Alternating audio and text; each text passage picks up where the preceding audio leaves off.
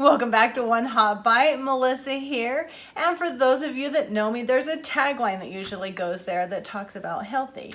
Well, I'm not going to use my tagline today because what we are making today is decadent, it's sweet, it's the holidays, and sometimes you just really want an incredible cinnamon roll. I'm going to make for you today seriously the best cinnamon roll I have ever had. I've purchased them places, I've made them with different recipes, and these come out just the way I really like a cinnamon roll.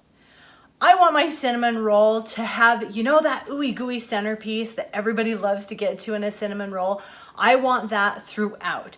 And that's what these cinnamon rolls are. They're ooey gooey sweet and decadent and the best pastry. These are great for the holidays. I usually make these on Christmas morning to go with my Christmas quiche for the family, but I'm making them special for you today. So we're not going to talk about anything other than these are the best cinnamon rolls you ever had. I also want to thank you all so much for being here. I really appreciate you guys. It's been almost 2 years that I've been on here, and honestly, it's the best community, and I love each and every one of you. I'm not even just saying that. I really appreciate you all. But I also want to announce that I have a new affiliate partnership, and it's with a company called Granulated. We're going to use one of their products today. I'm going to have links everywhere I can, but for sure you're going to find it down below where you can go shopping. They have the most incredible products. You guys are going to see so many of them coming up in the coming months and coming videos. We're going to do everything you can imagine. Because they're called Grillaholics, you'd think I'm going to grill something today. No, we're baking and we're going to make cinnamon rolls. So these are the grill mats. This is the thinnest one that they have. So I'm going to show you what it looks like. I'm going to pull it out of here. But they are just like a splat mat. But you can use these on the grill. So you can make bacon, eggs, pancakes, all kinds of things on the grill. You can also do meats and veggies. I'm thinking you can even do these on your stovetop if you have one of the glass tops. I'm gonna try that one of these times, so I'll let you know how that turns out. But we're gonna bake with them today, and you're gonna see how awesome these work out. I'm super excited about this, but you can get 20% anytime you shop using the link down below. And seriously, go check out their stuff. They're the most amazing couple, and they really take pride in their products. So before we get any further, please smash that like button. I really like all the likes that you give me. Subscribe down below. And what are we waiting for? Let's get baking.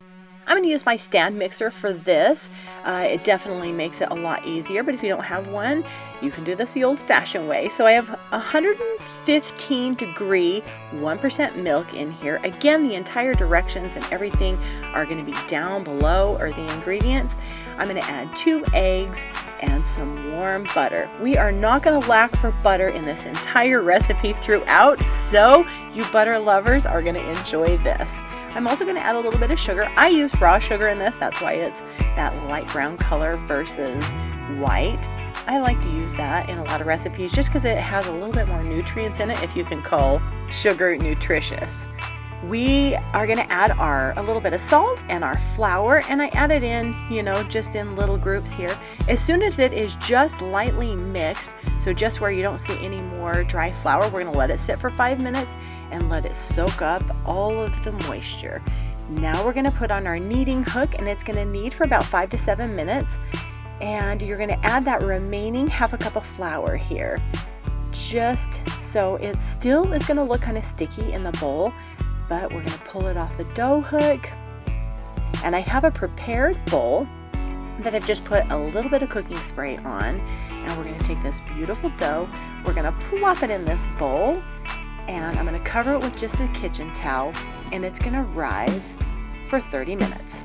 You can put this in your proofer, in your oven if you want, if you don't have a warm place during this winter season, or you can set it in the sunshine if that's coming in a window. We're going to make our cinnamon filling now. So once again, we're going to use some butter. It's softened a bit. We're going to have our brown sugar in here as well, and a good amount of cinnamon. I really like my cinnamon rolls to be cinnamon. We're going to mix this together. My butter wasn't quite moistened, so I did stick it in the microwave to soften a little bit more, and I may have gotten a little bit too soft, but it's going to set for a minute anyway while that dough is rising, and we want it spreadable, that's for sure. So here is my awesome grill mat. that we are gonna roll this out on. So again, this grill mat from Grillaholics worked perfect for this. I have it on the counter. I'm gonna add a little bit of flour just so it doesn't stick, but honestly, it wouldn't have stuck to it anyway. The grill mat worked perfect for these cinnamon rolls. As you can see, this dough is so soft and so fluffy, and that really is what makes these cinnamon rolls so delicious. So I'm going to roll this into a 25 by 15 rectangle, and it's going to fill almost this entire grill mat, which is perfect for these. And I'm going to get it as rectangle and square on the edges as possible. But again, this dough is so easy to work with. If you make these cinnamon rolls, you're going to notice it's seriously beautiful dough.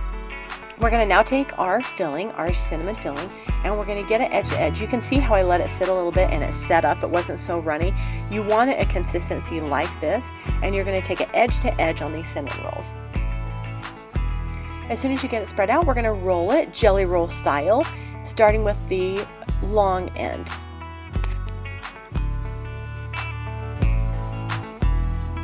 You want it rolled nice and tight, but it doesn't have to be super, super tight.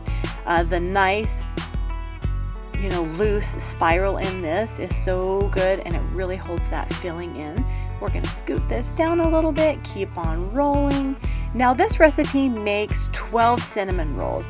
You're going to see as I cut this, I keep it at 8. I like them big and fluffy.